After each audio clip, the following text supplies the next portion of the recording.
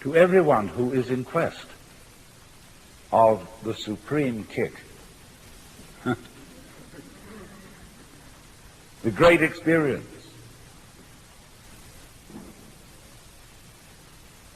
the vision of God, whatever you want to call it, liberation. When you think that you're not it,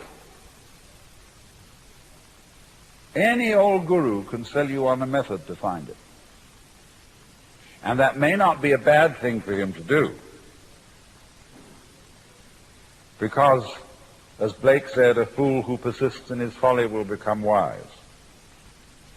And a clever guru is a person who leads you on. Here, kitty, kitty, kitty, kitty, kitty. I've got something very good to show you. Yeah. You just wait. Oh, but you've got to go through a lot of stages yet.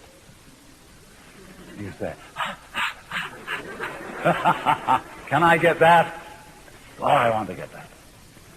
You know, all the time it's you.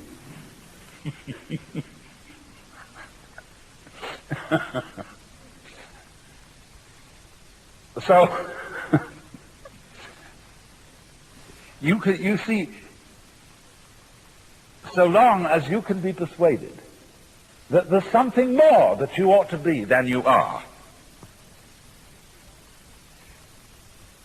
you've divided yourself from reality, from the universe, from God, or whatever you want to call that, the Tat in Tat Tvam Asi. And you will find constantly, if you are interested in anything like this, in psychoanalysis, in Gestalt therapy, in sensitivity training, in any kind of yoga or what have you,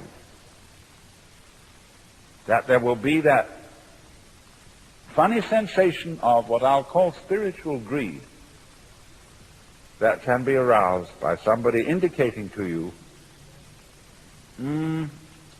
there are still higher stages for you to attain. You should meet my guru.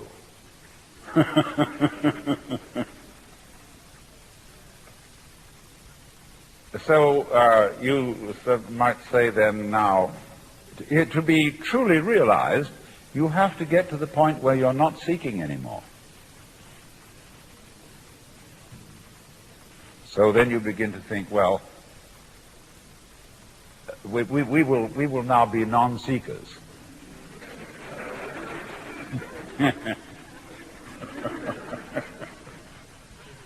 you know, becoming spiritually unspiritual.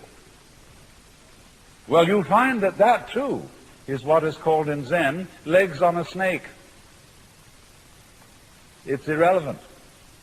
You don't need not to seek. And eventually you discover, of course, that it's not necessary to hang on to anything, to rely on anything. There's nothing to rely on, because you're it.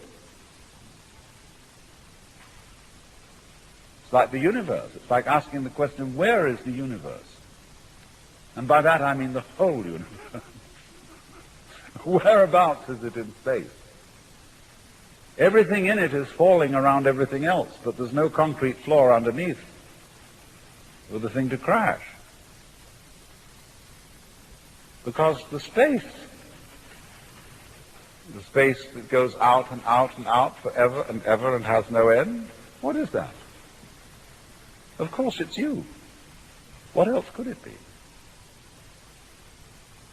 Only the universe is delightfully arranged so that as it looks at itself, in order not to be one-sided and prejudiced, it looks at itself from an uncountable number of points of view. We thus avoid solipsism, as if I were to have the notion that it's only me that's really here, and you're all in my dream. Of course, that point of view cannot really be disputed, except by imagining a conference of solipsists, arguing as to which one of them was the one that was really there.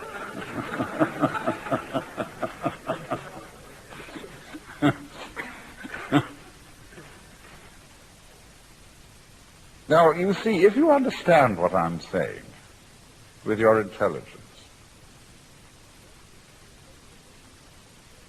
and then take the next step and say, but I understood it now, but I didn't feel it. Then next I raise the question, why do you want to feel it? You say, I want something more, because that's again that spiritual greed. And you could only say that because you didn't understand it. There is nothing to pursue because you're it. And if you don't know that, you always were it. All our violence, all our competitiveness, all our terrific anxiety to survive is because we didn't know from the beginning that we were it. Well, then you would say, if we did know from the beginning, as in fact you did, when you were a baby, well, then everybody says, well, nothing would ever happen. But it did happen, didn't it? So, if you do find out, by any chance, who you really are, you know, you start laughing. And laughing leads to dancing. And dancing needs music. And we can play with each other for a change.